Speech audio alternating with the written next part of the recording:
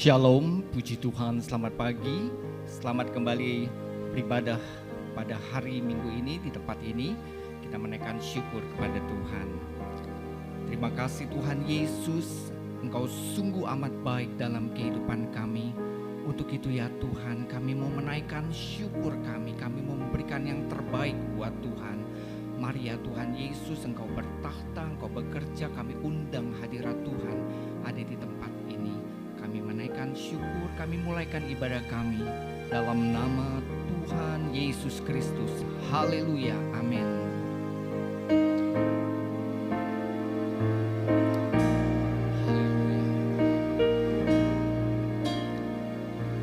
Terima kasih Tuhan Yesus, terima kasih Tuhan. Karena begitu Allah cinta dunia hingga diberikannya anaknya yang tunggal, supaya yang percaya tidak binasa, melainkan dapat hidup kekal. Mari jemaat Tuhan, saya undang kita bangkit berdiri. Terima kasih Tuhan, haleluya. Karena begitu Allah cinta dunia hingga diberikannya anaknya yang tunggal, supaya yang percaya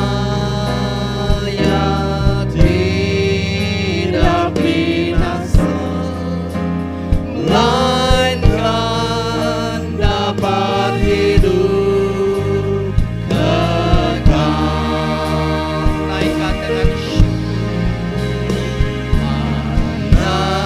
karena begitu Allah cinta dunia hingga diberikannya anaknya yang tunggal, supaya yang percaya tidak binasa, melainkan dapat hidup kekal. Haleluya. Karena begitu Allah cinta dunia hingga diberikannya anaknya yang tunggal, supaya yang percaya tidak binasa, melainkan dapat hidup kekal, melainkan dapat hidup kekal, melainkan dapat hidup kekal.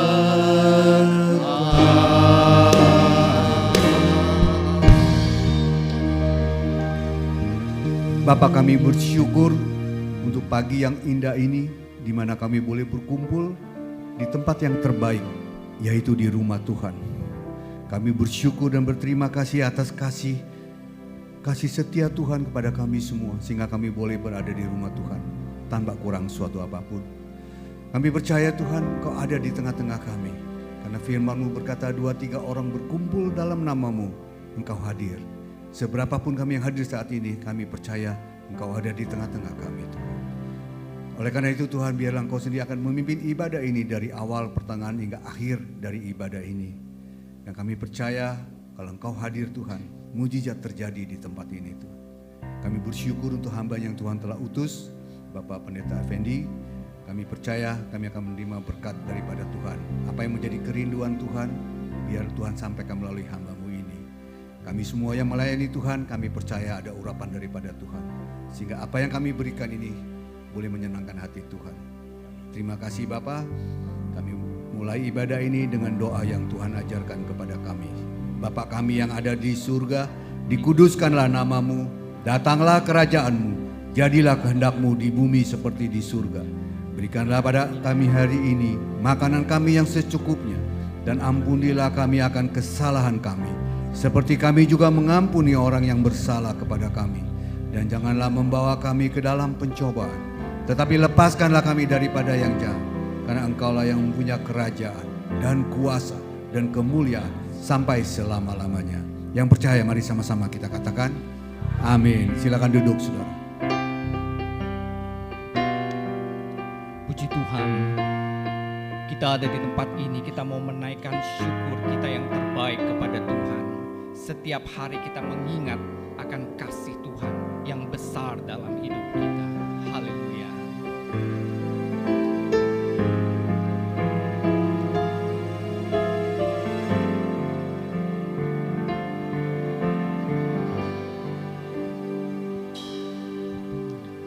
Ingat kasih-Nya,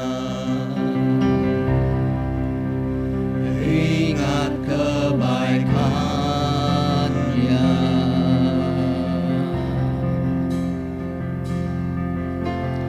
dan anugerah-Nya. Selamatkanku,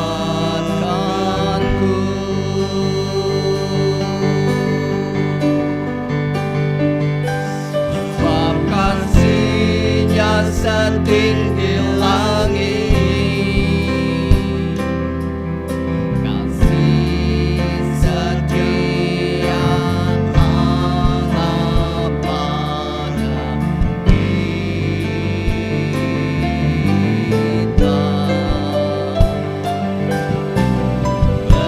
Besar kasih Allah pada kita. Ingat kasih-Nya,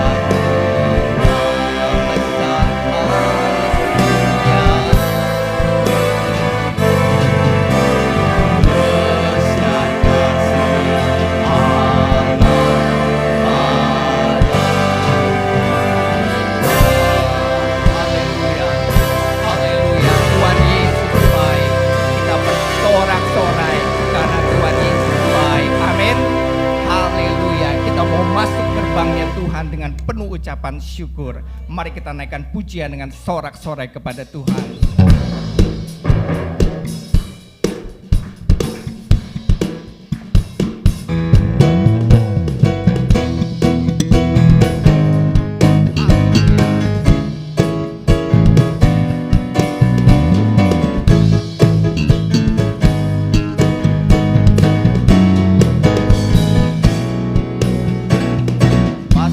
Gerbangnya bersyukur dengan penuh pujian, bersuka di hadiratnya, nyanyi besarkan agung namanya, puji dia tiuplah sangkakala, musik dan tarian, semua makhluk di bumi di surga dengan senang hati naikkan pujian, masuk gerbangnya bersyukur dengan penuh pujian, bersuka di hadiratnya, nyanyi besarkan agung namanya, puji dia tiuplah sangkakala, yes, musik dan tarian, semua makhluk di bumi di surga dengan senang hati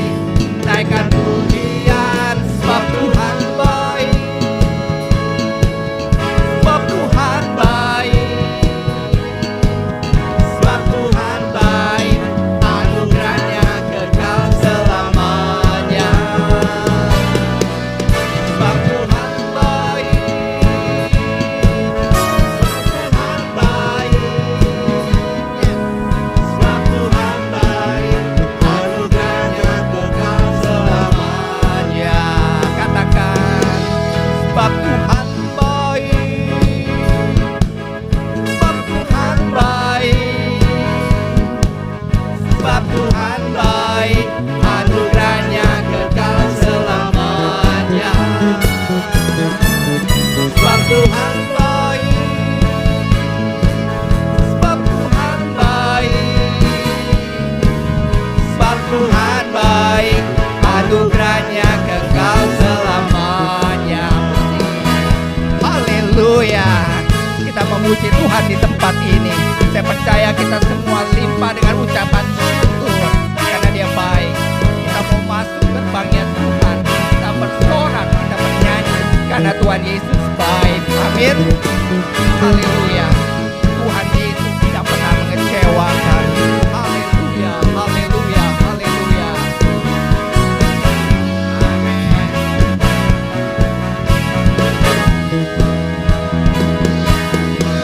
Sebab Tuhan baik. Katakan, Sebab Tuhan baik, mari jemaat Tuhan sebab sorak-sorai. Tuhan baik, Haleluya. anugerahnya kekal selamanya. Sebab Tuhan baik, Yes.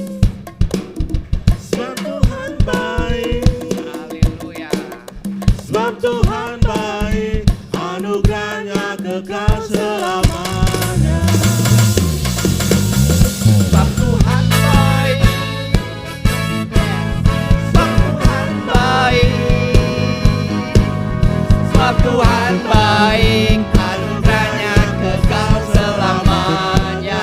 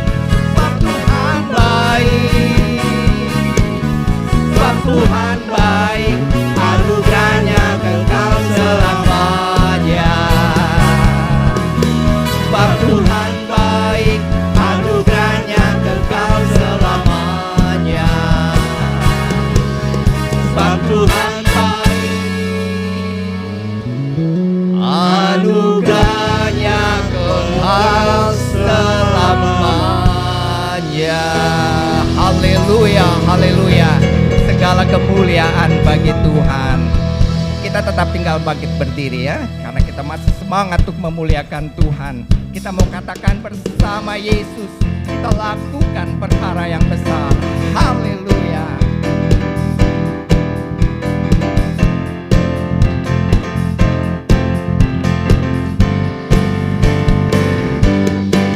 Bersama Yesus, bersama Yesus, tidak ada yang bersama Yesus. Ada jalan keluar untuk masalahmu, untuk masalahku, untuk masalah kita semua. Bersama Yesus, lakukan perkara besar. Bersama Yesus, tidak ada yang sukar. Bersama Yesus, ada jalan keluar untuk masalahmu, untuk masalahku, untuk masalah kita semua. Katakan Yesus, Allah, Juru Selamat umat manusia. Yesus, tabib yang ajaib, Dia menyembuhkan, Dia menguduskan, Dia membenarkan, Dia Raja segala raja. Yesus, anak domba Allah, Juru Selamat umat manusia.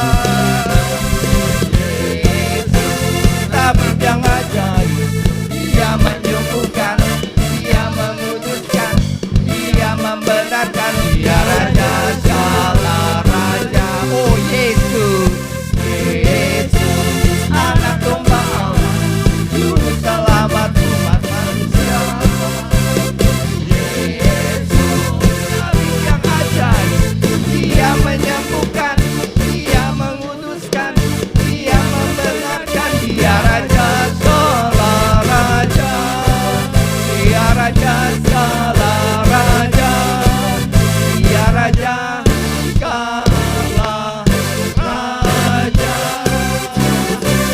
Haleluya. Nah, silakan duduk Bapak Ibu. Dipersilakan duduk. Puji Tuhan. Kita bersorak-sorai karena kebaikan Tuhan. Amin. Nah, pada kesempatan ini karena ini minggu yang kedua dan biasanya kita memberikan persembahan 2 kali, dan persembahan yang pertama adalah biasanya kita berikan untuk persembahan diakonia. Namun kali ini karena Natal sudah dekat ya, sebentar lagi November, Desember. Nah, kita akan memperingati hari kelahiran Tuhan Yesus Kristus ke dalam dunia. Nah, kita akan, jadi biasanya persembahan diakonia kita akan berikan untuk persembahan Natal. Nah, sebelumnya ada beberapa hal yang perlu disampaikan oleh Ibu Evi. Saya persilakan Ibu Evi.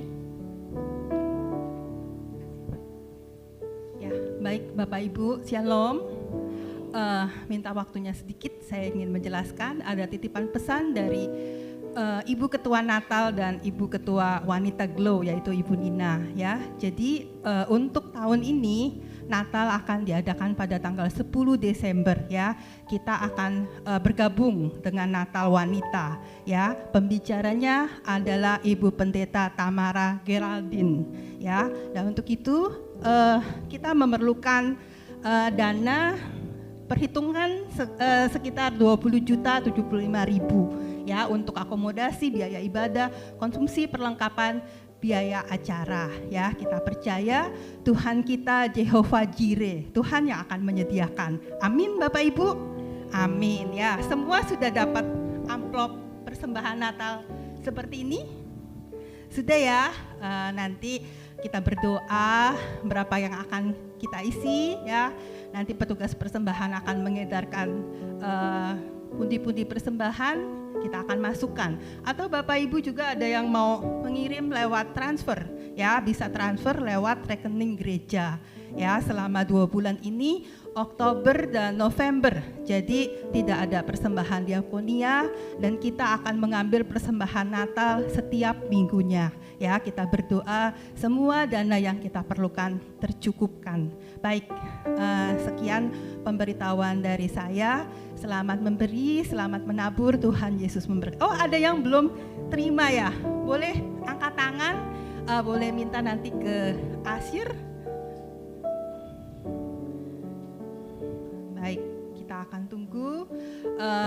Dan kita juga akan berdoa sebelum memberikan persembahan yang terbaik. Silakan.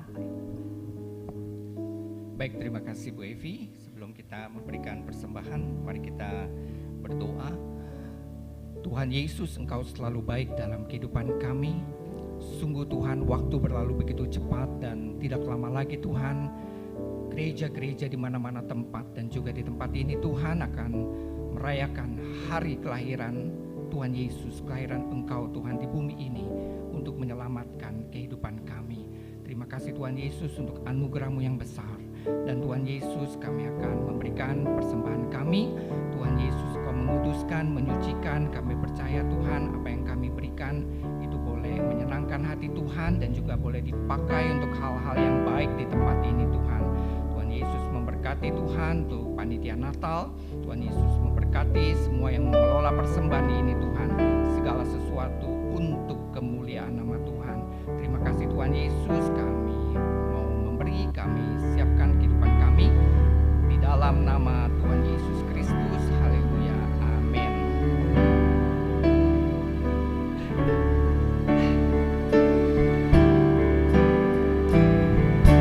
Kita akan persiapkan hati kita untuk mendengarkan berkat firman Tuhan.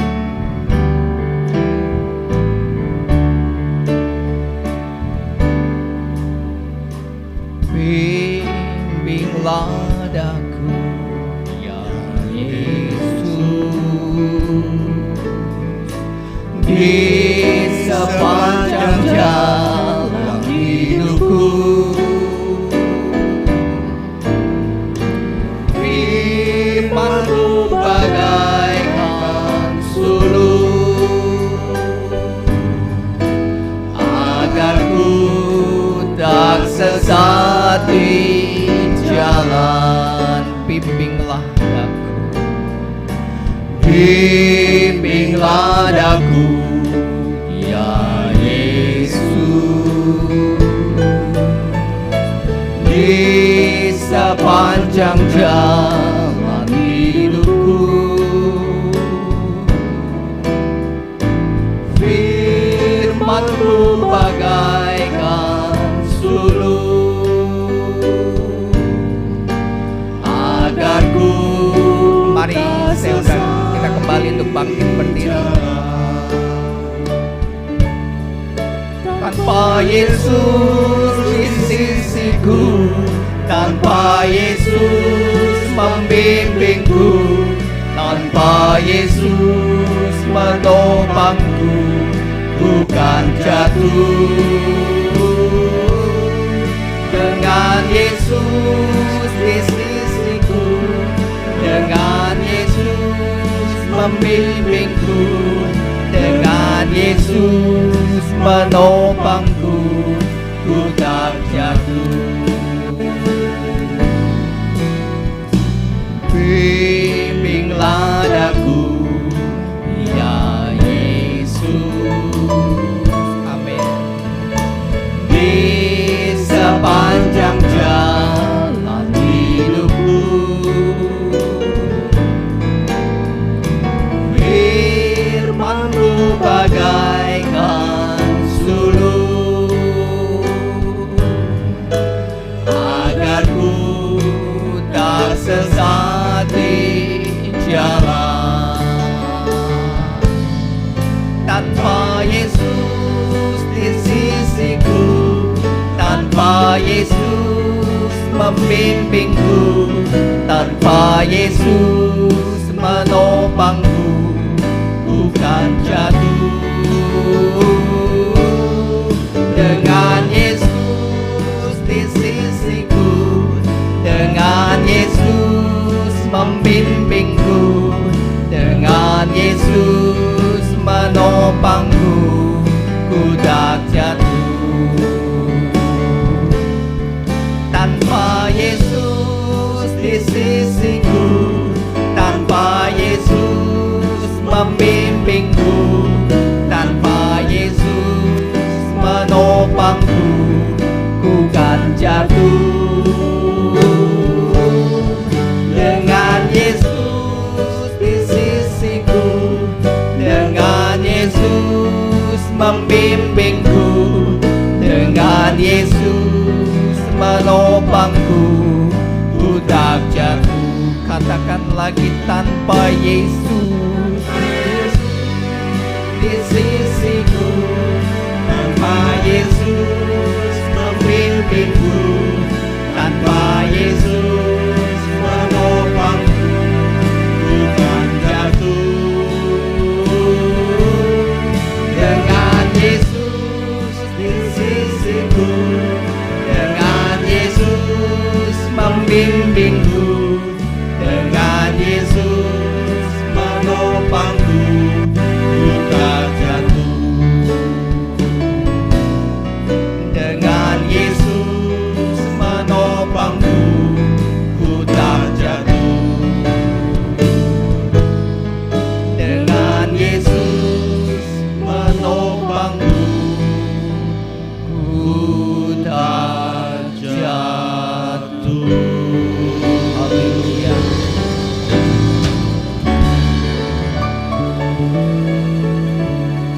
Kami sangat menyadari Tuhan, seperti pujian ini, kami bersyukur ada Engkau yang setia bersama dengan kami. Kalaupun kami harus jatuh, tangan Tuhan pasti menopang kami, menolong kami, mengangkat kami. Pada saat kami tidak melihat jalan, Tuhan yang menuntun kami, Tuhan yang menyertai kami, dan Tuhan buka jalan buat kami. Tuhan, terima kasih untuk kesempatan buat setiap kami untuk boleh ibadah, dan terlebih juga buat hamba-Mu diberi kesempatan untuk sharing firman. Buka hati dan pikiran setiap kami supaya kami boleh mendengar firman, belajar, dan kami mau memohon kekuatan kuasa-Mu untuk kami dapat melakukan. Layakkan sucikan hamba-Mu yang penuh dengan dosa ini supaya boleh menyampaikan yang benar dan yang Tuhan mau. Di dalam nama Tuhan Yesus kami berdoa. Haleluya. Amin. Silakan duduk. Shalom. Ya, terima kasih, saya bersyukur ya diberi kesempatan untuk pelayanan. Ini pelayanan saya yang pertama setelah hampir lebih dari kurang lebih setengah tahun saya off ya. Karena masalah kesehatan dan juga kondisi saya nggak siap secara jasmani dan rohani. Ya, saya sejak 2025 itu hampir nggak terima pelayanan, kecuali yang sudah saya dijadwal, ya terpaksa saya terima, termasuk harus ke bulan April ke Jawa, ya sudah saya terima. Tapi ya bersyukur masih di kesempatan untuk melayani. Ya semua itu biarlah saya juga belajar lagi untuk melayani. Ya Bapak Ibu, jadi kalau saya salah ngomong maaf ya Pak Im, ya namanya juga orang belajar ya, bisa keliru. Betul enggak? Iya, jadi jangan merasa, oh pendeta kok salah, saya juga bisa salah, ya. Maafkan saya sebelumnya. Oke Bapak Ibu, saya tidak pakai kacamata ya, saya belajar ya. Kuat menghadapi kesulitan, dari Lukas 18 ayat 1 sampai 8. Kok namanya bawah nggak usah disebut, sudah kenal ya. Yang pertama, waduh kok berubah ya. Oh, posisinya berubah, nggak apa-apa dek, aman dek, tetap masuk surga kok. Ya. Teman-teman, saya mohon dengan sangat ya, saya karena hampir cukup lama jadi jemaat, jadi maksud saya di ibadah itu di belakang, saya itu sangat sedih kalau dengar orang khotbah kemudian di belakang itu sebelah saya bilang amin amin, padahal salah gitu loh. Maaf ya, saya bisa nunjukkan bukti, kalau mau ke rumah saya tak tunjuki, kita YouTube, saya bilang ini salah, kalau benar salah ya ngaku salah gitu loh. Saya juga bisa salah, ya. Yang nggak bisa salah itu Yesus, betul nggak? Paulus, Petrus bisa salah, kok apalagi Effendi. Cuma saya nggak minta kalian amin. Tapi saya minta dengan sangat, kita belajar firman Tuhan itu renungkanlah firman Tuhan siang dan malam. Malam ya. Perkatakan, kenapa dikatakan Yosua perkatakan? Karena zaman dulu berada Alkitab. Bayangkan orang Israel itu muter-muter gitu, masa bawa batu lot itu tidak, nah mungkin, jadi mereka belajar hafal. Teman-teman saya ingin kita ini belajar 8 ayat aja. Saya nggak minta kalian hafal semua, tetapi setidaknya bisa ngerti ceritanya gitu loh, seperti ibu-ibu lihat film Korea gitu loh. Kalian nggak suka film Korea ya? Nggak suka deh? Oh nggak suka, maaf ya. Bapak-bapak bisa cerita, kemarin malam itu, waduh pertandingan sepak bola itu giringnya kayak gini, ngepot kayak gini. Bisa cerita, ini kayak gini kita mau belajar. Jadi firman Tuhan itu bukan dihafal titik komanya, tapi kita ngerti ceritanya. Ayo sama-sama kita konsen ya. Tenang, habis gini kita bisa makan rame-rame lah. Tapi bayar sendiri-sendiri, oke?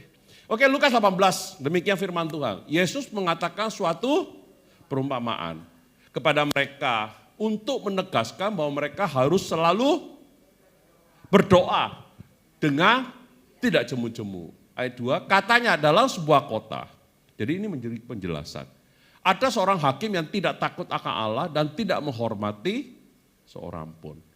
Dan di kota itu ada seorang janda yang selalu datang kepada hakim itu dan berkata, belalah aku terhadap aku. Bapak Ibu perhatikan katakan belalah ya. Oke. Beberapa waktu lamanya hakim itu menolak. Tetapi kemudian ia berkata dalam hatinya, walaupun aku tidak takut akan Allah dan tidak menghormati seorang pun, next. Namun karena janda ini menyusahkan aku, baiklah aku membenarkan dia. Supaya jangan terus saja ia datang dan akhirnya menyerang aku. Ayat 6, sama-sama kita yang keras yuk. 1, 2, 3. Kata Tuhan, camkanlah apa yang dikatakan hakim yang lalim itu. Tidakkah Allah akan membenarkan orang-orang pilihannya yang siang malam berseru kepadanya? Dan adakah ia mengulur-ngulur waktu sebelum menolong mereka? Ayat 8, aku berkata kepadamu. 1, 2, 3. Ia akan segera membenarkan mereka. Akan tetapi jika anak manusia itu datang, adakah ia mendapati iman di bumi? Jadi Bapak Ibu kalau kita membaca ayat ini, kita coba belajar. Oh ceritanya gini, Yesus memberi suatu penegasan, perintah kepada murid-muridnya. Bahwa kita ini harus selalu berdoa dengan tidak jemu-jemu. Wah, terus Yesus kasih contoh, ini ada seorang janda. Itu cerita. Jadi Bapak Ibu dengan firman seperti ini, Bapak Ibu punya cerita diulangi, Bapak Ibu itu sama dengan orang itu belajar. Nangkep sampai sini? Nggak harus persis sama. Karena terjemahan Indonesia, TB2, bahasa Indonesia masa kini, bahasa Indonesia sederhana itu beda-beda. Tapi maknanya sama. Sama dengan bahasa Inggris. Oke, beda-beda tipis, oke lah. Tapi yang penting intinya dapat. Oke. Bapak Ibu, kenapa saya ngambil ayat, Sorry ya. Latar belakang kenapa saya ngambil Lukas 18 ayat 1 sampai 8. Saya berkata memiliki kaitan dengan pasal 17. Pasal 17 itu bicara apa? Saya terus istimewa ayat 20 sampai ke bawah. Bapak Ibu kalau punya Alkitab boleh buka. Itu bicara apa? Mengenai kerajaan Allah yang akan datang. Malah dikasih paralel oleh LAI, Lembaga Alkitab Indonesia, itu paralel dengan Matius 24 yang berbicara mengenai akhir zaman. Saudara-saudara, saya nggak bahas akhir zaman, tapi setidaknya saya ingin memberi gambaran buat kita. Kadang-kadang kita ini orang Kristen itu kita beda boleh ya, saya juga banyak belajar untuk berbeda dengan orang, belajar terima pandangannya orang yang mungkin berbeda dengan saya belajar untuk nerima. Walaupun belum tentu saya meyakini. Sampai sini jelas ya. Kita beda boleh, tapi biarlah itu menjadi suatu alat untuk kita pertimbangkan. Nanti saya jelaskan beberapa hal. Banyak orang berkata bahwa dunia itu semakin baik.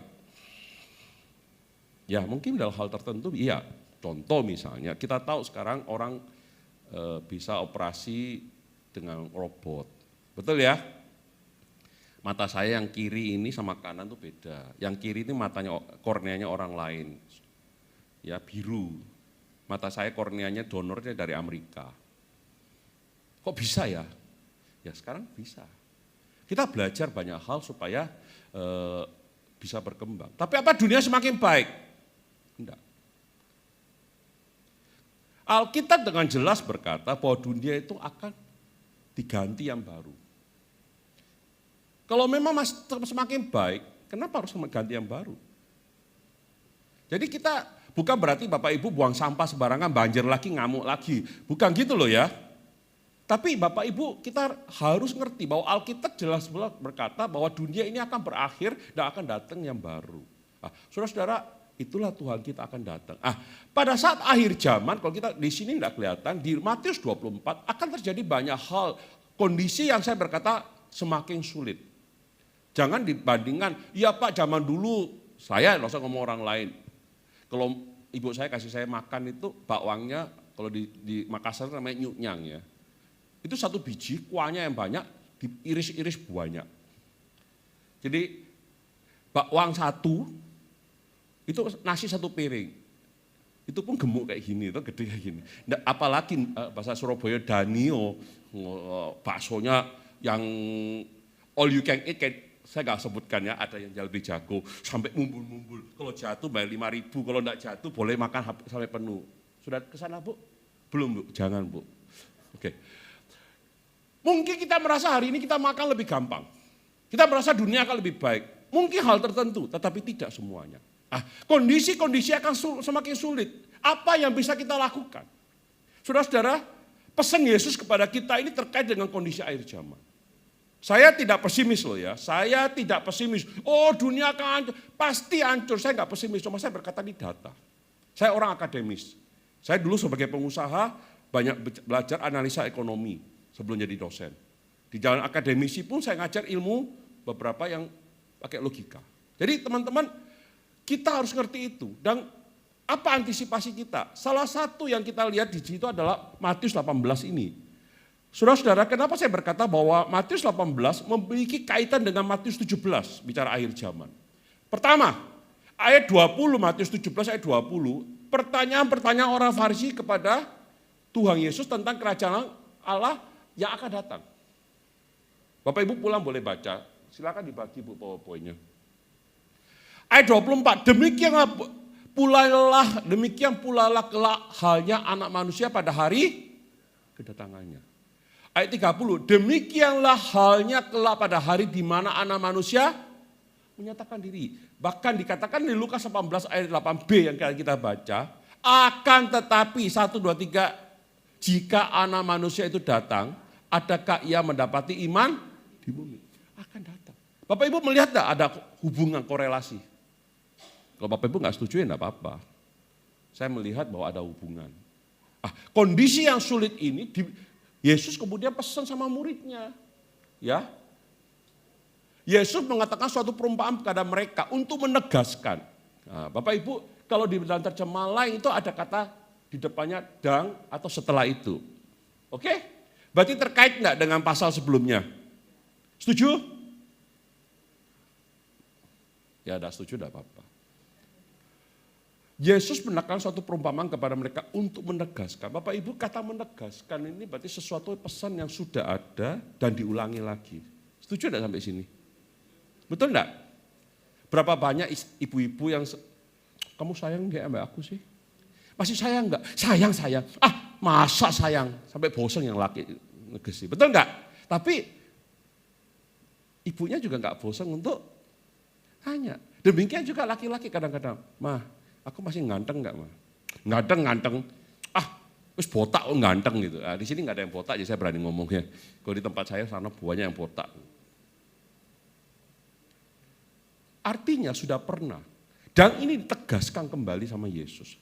Jadi perintah kalau ditegaskan, itu berarti apa? Penting. Ini sama dengan kita. Menegaskan bahwa mereka harus selalu berdoa dengan. Jadi saudara-saudara, kunci pertama yang saya ingin bagikan buat kita, bagaimana kita di dalam situasi yang sulit, supaya kita ini kuat, adalah mempraktikkan petunjuk firman Tuhan. Secara khusus dalam perikop ini Tuhan Yesus mengajar kita apa? Engkau nggak mungkin merubah dunia. Yesus sudah ngomong dunia akan hancur, dunia akan mengalami gini. Nggak bisa Bapak Ibu. Zaman dulu saya SD, itu ada namanya Camp David. Betul nggak Pak Gembala? Pertemuan antara Jimmy Carter, presiden Amerika yang petani kacang itu sama, sampai hari ini pasti perang enggak? Pasti ribut enggak? Enggak pernah selesai. Saya enggak berkata semoga perang terjadi, enggak, bukan itu maksudnya. Artinya Bapak Ibu, Kita nggak bisa ngurusi hal lain, tapi kita bisa melakukan sesuatu untuk kita kuat. Setuju nggak sampai sini? Hujan bisa turun, siapa bisa berhentikan hujan? Hanya Tuhan. Bapak jangan bilang berkata dukun, saya nggak bahas itu ya. Tapi kita kan tetap bisa keluar ke gereja walaupun hujan. Pakai apa? Payung. Setuju enggak? Tahu bedanya enggak ini? Jadi kita ini sedang menyiapkan payung untuk kita. Apa yang bisa kita lakukan? Kita mempraktekkan petunjuk firman Tuhan. Bapak Ibu, yang kedua, harus itu, kalau engkau dan saya menghadapi masalah, menghadapi situasi yang sulit, apa yang penting, apa yang perlu kita lakukan? Yesus cuma berkata begini, dalam konteks ini harus berdoa dengan tidak cemu-cemu. Oke, saya bahas lebih dalam.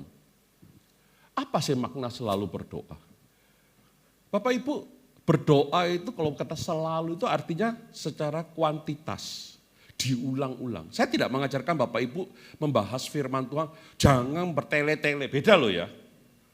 Beda loh ya, saya nggak bahas itu loh ya. Tapi saya sharing sedikit. Saya mengalami hal yang sangat sulit dalam tahun-tahun terakhir dari hidup saya sekarang ini. Dan seringkali saya tuh tengah malam nggak bisa tidur. Bangun berdoa, bangun berdoa, bangun berdoa, bangun berdoa. Betul saya ngomong. Istri saya nggak tahu kadang-kadang. Seringkali dia nggak tahu. Dan saya nggak perlu bangunin dia, gue lagi berdoa, lu lihat gitu. Enggak. Kadang-kadang satu hari itu saya semuanya malam nggak tidur. Bangun berdoa, ingat saya, aduh berdoa. Saudara-saudara, saya mau tanya, doa ini penting buat saya atau supaya Tuhan tahu? Tuhan nggak perlu kamu ngomong, Tuhan sudah tahu. Tapi dengan berdoa itu saya merasa apa? Ada kekuatan, ada penyertaan, ada harapan. Setuju enggak Bapak Ibu? Jadi Bapak Ibu jangan malas berdoa. Oh berdoa itu kok Tuhan sudah tahu, enggak usah kamu sebut pun Tuhan sudah tahu. Baru lu belum mikir pun Tuhan sudah tahu. Tapi doa itu menguatkan kau dan saya. Ini untuk kepentingan kita. Jangan jadi laki-laki nggak bisa ngomong, tiba-tiba gila kata IG. Kita doa sama Tuhan, ngomong sama Tuhan. Saya agak sedikit tanda kutip terhibur, bukan terhibur berarti nyukurin enggak. Ada seorang hamba Tuhan yang sangat senior. Dia ngalami suatu sakit yang menurut saya sih enggak lebih ya masih enteng lah dibandingkan apa yang saya alami. Dia bilang, waduh saya sakit ini membuat saya jadi bertanya sama Tuhan. Saya sempat goyang dalam pelayanan, sempat gini. Dalam hati saya, iya ternyata ya hamba Tuhan yang sangat senior pun yang kelihatan luar biasa banget. Wah hebat banget. Bisa gitu, apalagi Effendi yang kayak gini ya. Jadi wajar lah Bapak Ibu. Saya nggak berkata bahwa kita jadi cengeng loh ya. Enggak ya Pak Im. Tapi wajar kalau engkau dan saya itu menjadi tidak kuat. Tuhan memberi kita kesempatan datang kepada Dia dan selalu berdoa. Bukan Tuhan nggak tahu kita, tapi Tuhan mau kita ini dikuatkan. Itu yang saya dapat dari manfaat saya selalu berdoa. Bapak Ibu bandingkan janda ini saja. Untuk perkaranya dia. Dia itu katakan apa? Selalu datang. Selalu datang. Dia untuk kepentingan urusan satu perkara saja selalu datang. Masa kita kalah sih sama mereka, sama janda ini? Dan yang kedua Bapak Ibu perlu tahu, hakim ini yang tidak takut akan Allah, artinya dalam bahasa lain itu dia tidak percaya sama Tuhan.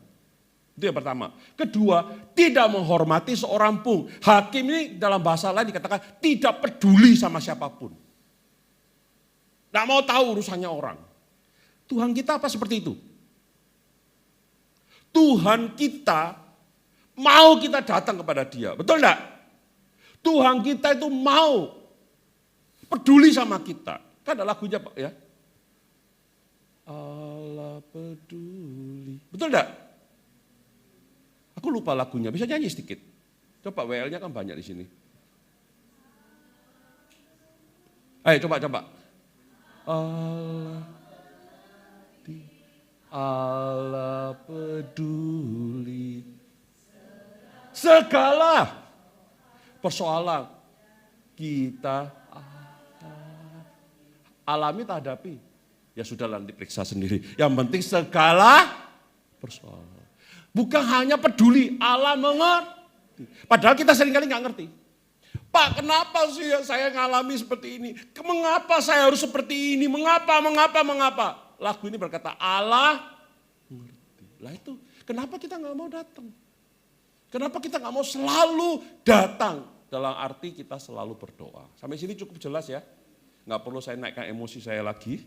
Oke, ya. Oke, jelas ya. Jadi jangan kalah sama janda ini yang selalu datang. Oke, yang kedua, apa sih artinya makna tidak jemu-jemu? Kata tidak jemu-jemu itu bukan berarti bosan, tapi punya makna yang lebih lain ya. Sesuatu yang dilakukan sama-sama kita baca yuk biar nyantol. 1, 2, 3, dengan semangat, dengan tidak tawar hati, tidak redup, tidak putus asa, kehilangan, ada kualitas. Bukan sekedar berdoa ala kadarnya. Saya sering ketemu, maaf ya, saya nggak nyinggung siapa-siapa. Saya sering ketemu di pantai, ada seorang bapak yang aktivis pelayanan. Ketemu saya, kira-kira berapa tahun yang lalu, setahun setengah yang lalu. Dalam nama Tuhan Yesus, mata Pak Effendi pasti sembuh. Terima kasih Pak. Cuma maaf ya Pak ya, Bapak bukan Tuhan. Loh, Bapak enggak beriman. Loh, pendeta dibilang enggak beriman. Saya bilang iya Pak, saya orang berdosa. Iman saya cetek mungkin. Cuma otak saya mikir Pak. Saya percaya Tuhan itu mampu menyembuhkan. Setuju enggak Bapak Ibu? Tapi belum tentu Tuhan mau menyembuhkan saya. Paulus tuh minta 3 kali duri dan dagingnya dicabut. Dikasih enggak? Enggak. Bedakan antara kehendak Tuhan sama kuasa Tuhan. Tuhan itu punya kuasa melakukan apapun. Tapi apakah Tuhan punya kehendak seperti itu? Enggak, belum tentu. Saya dibilang, oh Bapak ini enggak beriman. Oh ya sudah Pak, enggak apa-apa. Saya orang kafir ya enggak apa-apa. Yang penting saya yakin saya benar. Saya yakin Tuhan bisa menyembuhkan saya. Tapi apakah pasti menyembuhkan saya? Belum tentu. Nah setuju ya? Maunya kita pasti sembuh ya? Ya nanti belakang tak tunjukin lagi yang lain. Saya pun kepingin sembuh, kalau bisa gak usah keluar duit. Dalam nama Tuhan Yesus kasih duit siapa yang gelem aku. Tahu itu ya? Ludahnya siapapun boleh toletin saya, atau saya sembuh, tapi enggak culek balik kamu. Maunya sih gitu, tapi enggak gitu kan. Jadi orang Kristen ya rodok pinter gitu loh. Enggak setuju sama saya, minta maaf. Saya bukan enggak yakin. Saya pernah doain orang dengan teman-teman ginjalnya hilang. Bukan batu ginjalnya hilang, enggak jadi operasi. Orang yang pernah begini enggak jadi begini, jantungnya pernah. Tapi banyak juga orang yang bisul ya tetap bisulan sampai mati. Ya enggak iso popo kuasanya Tuhan kok. Kualitas itu bukan berarti kita itu kemudian Pak Effendi ngomong gini tuh kita jadi pesimis. Enggak Bapak Ibu. Enggak. Kita ini berdoa di dalam pengharapan, di dalam keyakinan bahwa Tuhan itu pasti mampu melakukan. Amin. Tapi kehendaknya yang terjadi. Di Matius itu ada cerita. Apakah mungkin kamu minta ikan nggak dikasih? Iya, kamu pikir ikan itu ular. Apa mungkin dikasih? Tuhan aku minta batu, minta batu, nggak sadar, minta roti. Kamu pikir itu roti, ternyata batu, kamu makan. Gigimu merotoli. Tahu merotoli? Hancur. Lah kita kan nggak ngerti, ngotot, nggak bisa. Kualitas itu artinya apa? Tidak tawar hati, saya tetap percaya. Saya ngalami apapun, Bapak Ibu ngalami apapun, ada Tuhan beserta dengan kita. Bapak Ibu seperti lagunya tadi nyanyikan Pak Im, betul ya? Bapak namanya Pak Im tuh, Immanuel tuh. Betul enggak? Tuhan yang membimbing, Tuhan yang menuntun, Tuhan yang menopang.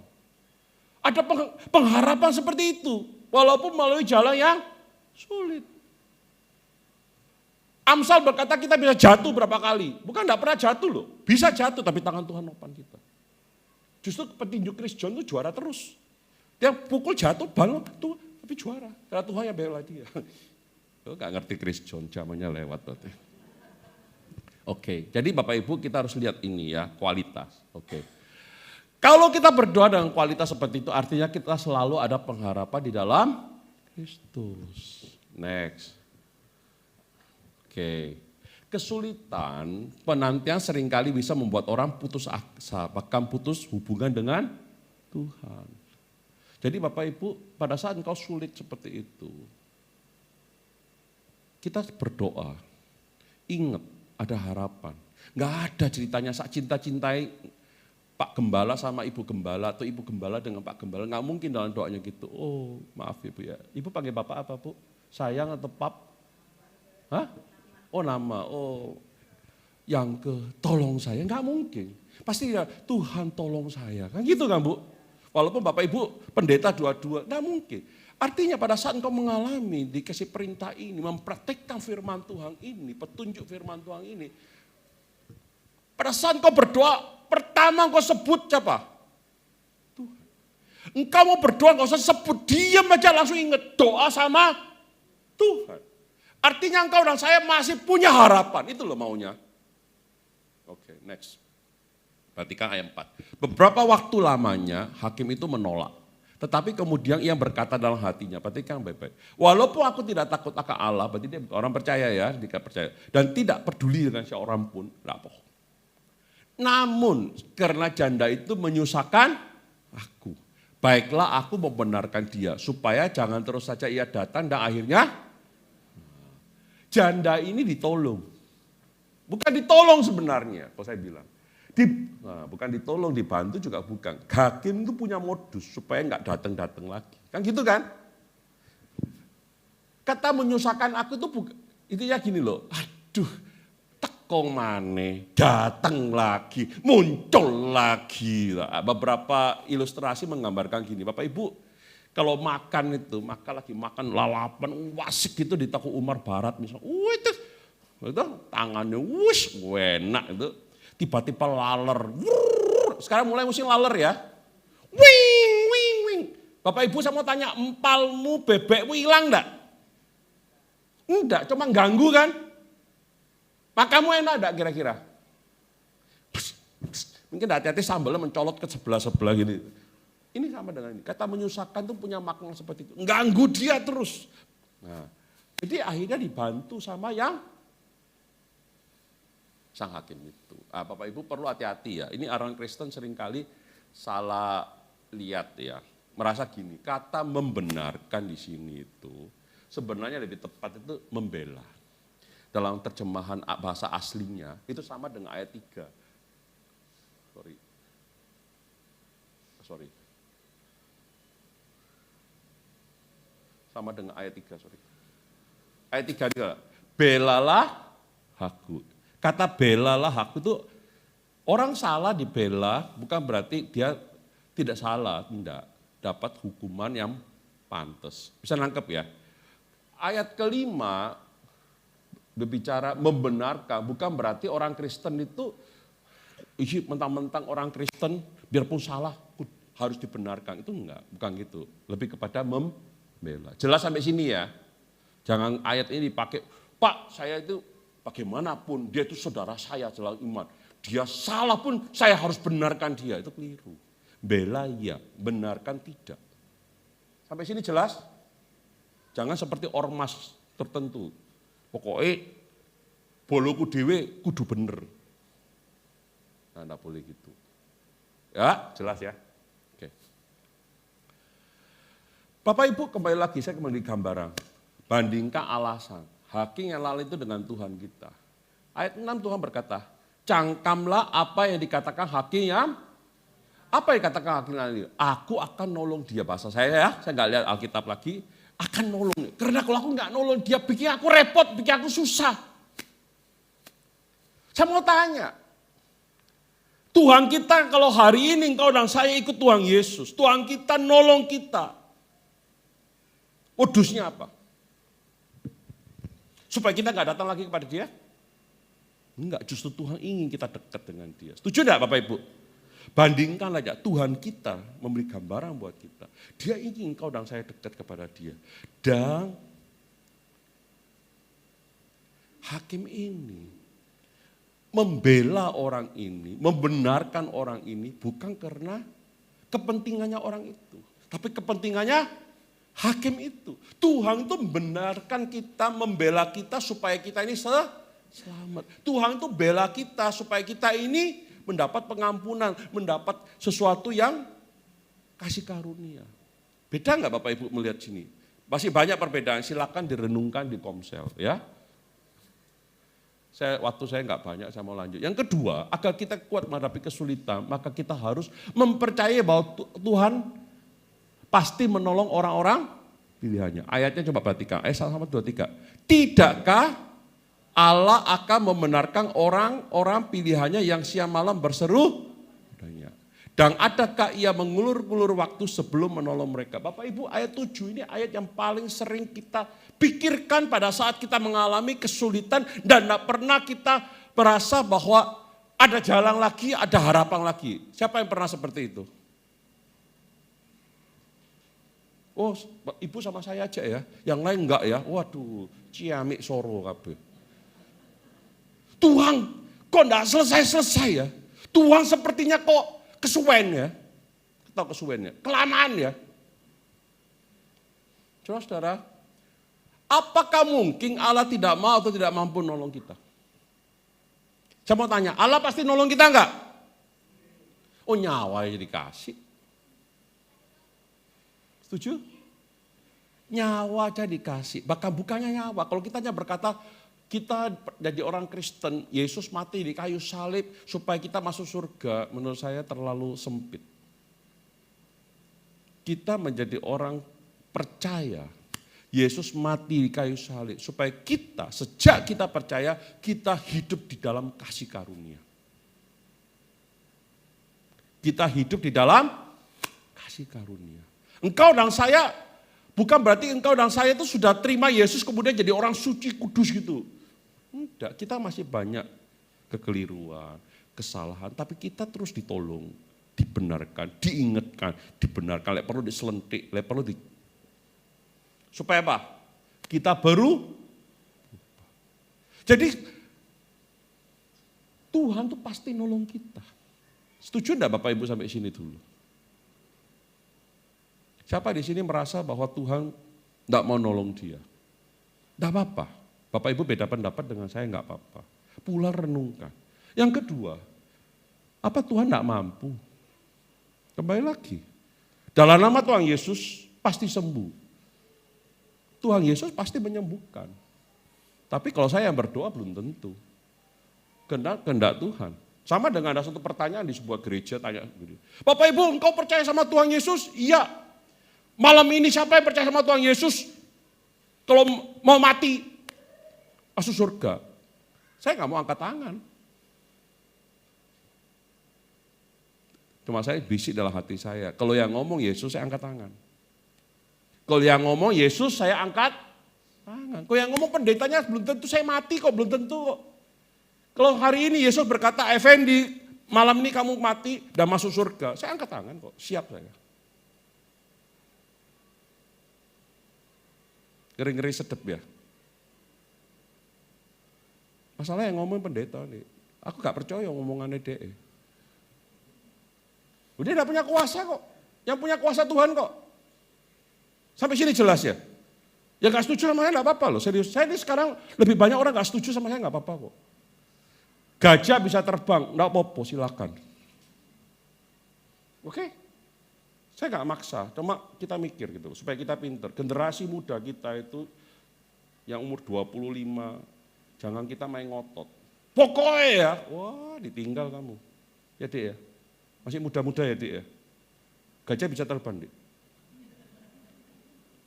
Dia matanya ngelirik, kakinya goyang, enggak apa-apa Dik. Enggak takut sama saya, enggak apa-apa.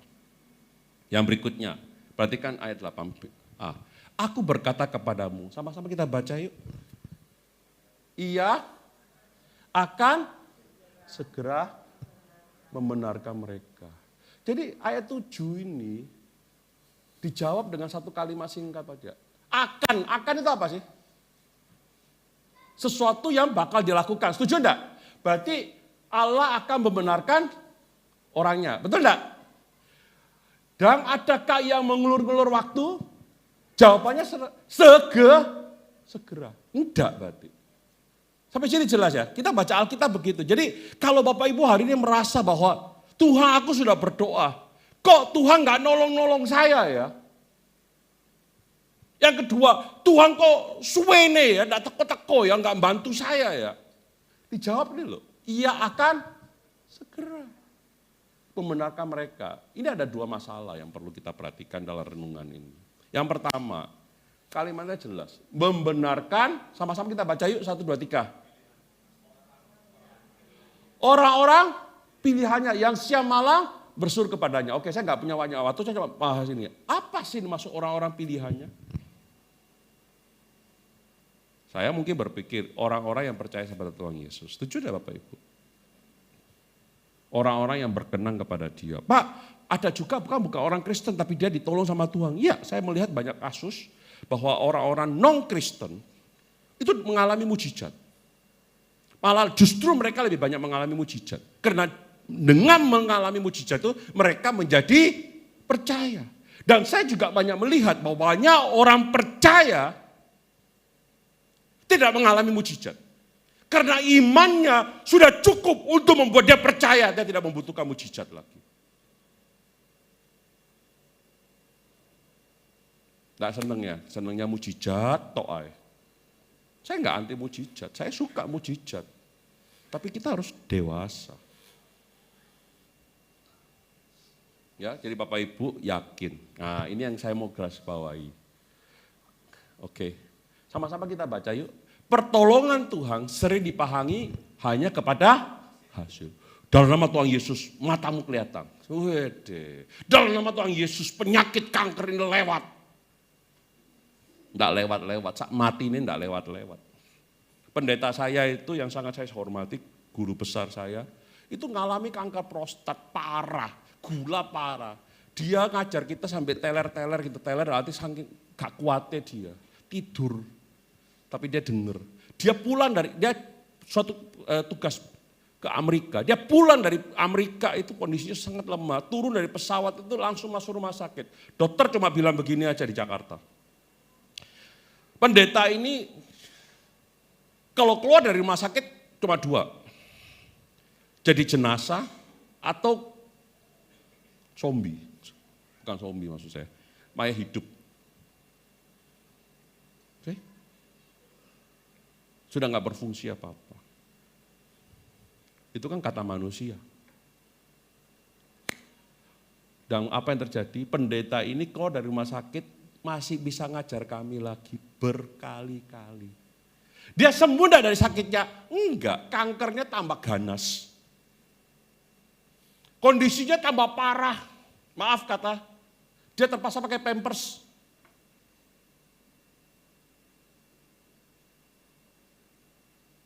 Saudara-saudara, apa dia sembuh? Enggak, tapi apa yang terjadi ini?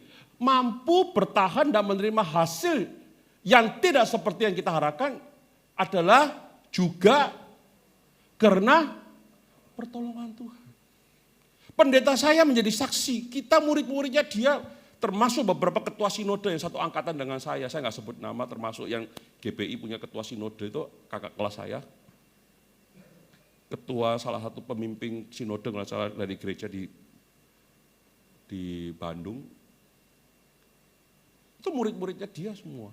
Kita lihat senior kami dalam posisi dibilang keluar dari rumah sakit hanya 2 jadi jenazah atau mungkin jadi mayat hidup. Ternyata bisa ngajar kita.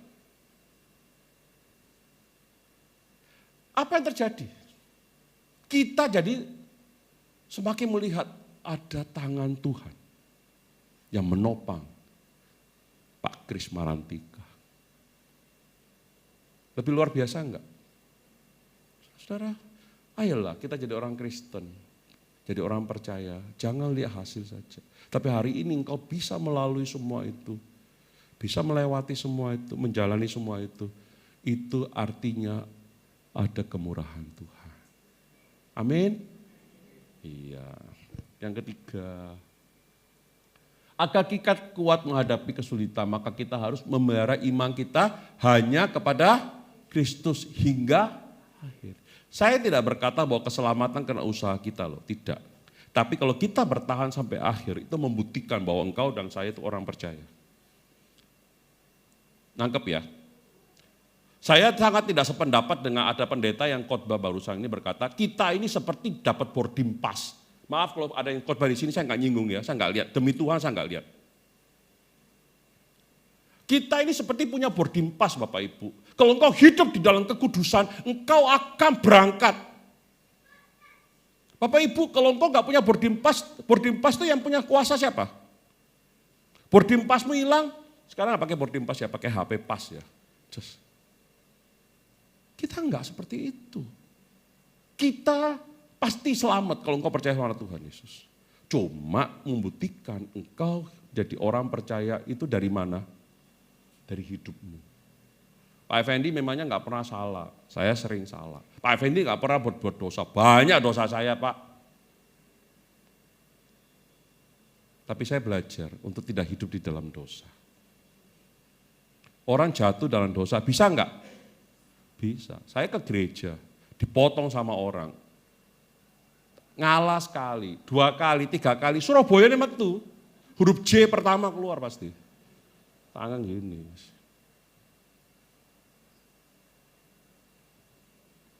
Itu dulu. Sekarang istri saya pegang tangan saya. Sabar, tuwek tahu diri. Ngerti? Dulu saya dipotong di tengah jalan di depannya Hotel Sanrila Surabaya. Turun saya, pistol saya keluarin, tak tunjuki orangnya. Lu mau apa lu? Gila memang. Saudara-saudara, bukan itu hidup kita itu.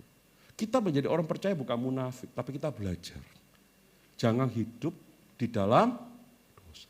Engkau dan saya bisa jatuh dalam dosa, nggak ada yang nggak bisa.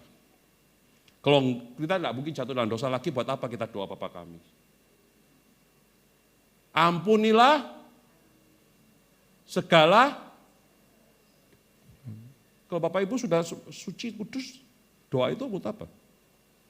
Dan di 1 Yohanes 1 pun, kalau engkau setiap hari mengaku dosamu dengan setia, Tuhan akan mengampuni. Artinya kita masih bisa jatuh dalam dosa, tapi kita berusaha untuk tidak hidup di dalam dosa. Amin. Ya, saya juga belajar Bapak Ibu. Oke. Kita perlu memelihara iman itu. Yesus berkata apa? Aku pasti nolong kamu, setuju ya? Akan segera. Tetapi apakah engkau percaya sama aku? Kan gitu kan? Kita bisa menghadapi kesulitan manapun, tapi yang membuktikan bahwa engkau dan saya adalah orang percaya adalah engkau dan saya tetap beriman pada Tuhan Yesus. Itu bukti loh ya, bukan syarat. Bapak Ibu percaya enggak bahwa yang baju putih depan ini istri saya? Percaya enggak? Pernah enggak lihat surat kawin saya? Kok percaya? Nangkep maksud saya? Saya tidak perlu lagi syaratnya harus surat kawin. Sudah ada bukti, betul enggak Pak Im? Nangkep ya? Sama, kita enggak perlu syarat lagi. Asal engkau percaya, selamat. Bukan lagi perbuatan kita, tapi kita perlu membuktikan bahwa engkau dan saya adalah betul-betul orang beriman sampai Yesus jemput kita atau kita datang. Amin. Itu loh pengertiannya mengenai iman yang percaya. Oke, saudara-saudara, berbagai peristiwa pengalaman iman dalam hidup kita bersama Kristus membuat kita seharusnya bertumbuh dan makin teguh. Engkau hari ini mengalami kesulitan apapun, it's okay. Ada Tuhan bersama dengan kita. Saya undang Bapak Im dan teman-teman siap ke depan. Percayalah Tuhan menyertai kita. Tuhan pasti menguatkan kita. Pulang dari tempat ini saya mohon Bapak Ibu ingat 3 hal ini. Hidup kita tidak lebih mudah tapi kita punya Tuhan. Mari kita mempraktekkan petunjuk firman Tuhan. Amin. Belajar. Jangan mau keliru. Yang kedua mempercayai bahwa Allah pasti nolong kita. Oke? Yang terakhir ayo sama-sama. Kita memelihara iman kita hanya kepada Kristus hingga akhir. Mari kita berdoa. Bapa di surga, terima kasih Tuhan untuk firman-Mu. kami semua di ruangan ini perlu belajar, termasuk hamba-Mu. Kesulitan hidup kami, kondisi yang terjadi di dunia ini tidak membuat kami jauh dari Engkau. Kerinduan kami adalah dekat Engkau, tapi jujur saja buat kami kadang-kadang sulit. Tapi biar melalui firman ini kami diajari, Tuhan mau kita semua selalu berdoa dengan tidak jemu-jemu. Biarlah melalui pengertian firman ini kami boleh renungkan dan hidup kami semakin boleh kuat. Apapun yang kami terjadi, ada Tuhan yang menyertai kita. Ada Tuhan yang membimbing kita. Ada Tuhan yang menuntun kita. Dan ada Tuhan yang menopang kita. Di dalam nama Tuhan Yesus kami bersyukur punya Allah yang begitu baik. Haleluya. Amin. Terima kasih, Tuhan Yesus berkati. Kasih-Mu yang terbesar, kasih-Mu segalanya, janji-Mu yang sempurna.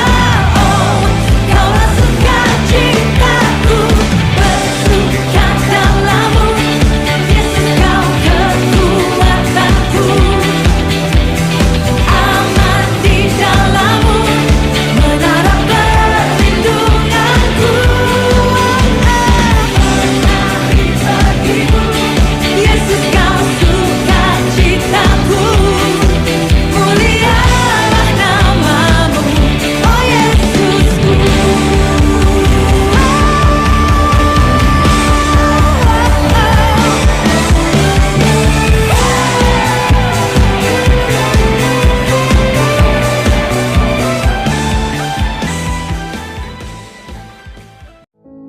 Melayani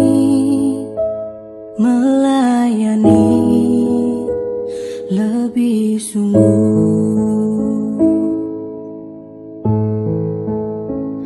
melayani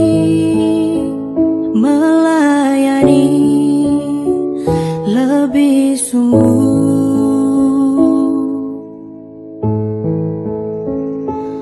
Tuhan lebih dulu melayani kepadaku, melayani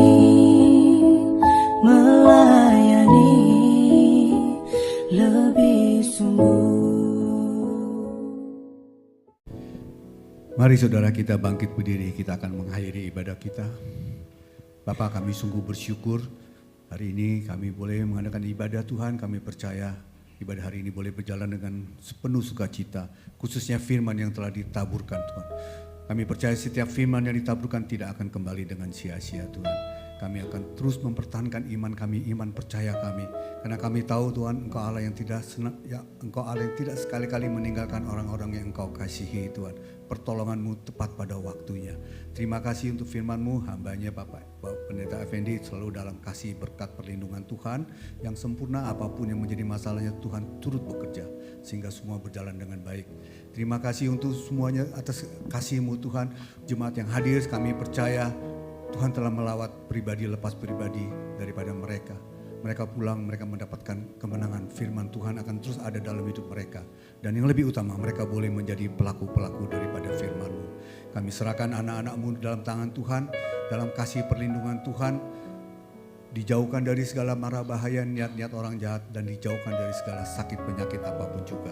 Saudara yang dikasihi Tuhan, mari kita angkat kedua tangan kita untuk menerima berkat Tuhan dan katakan amin. Maka ini akan terjadi dalam hidup kita.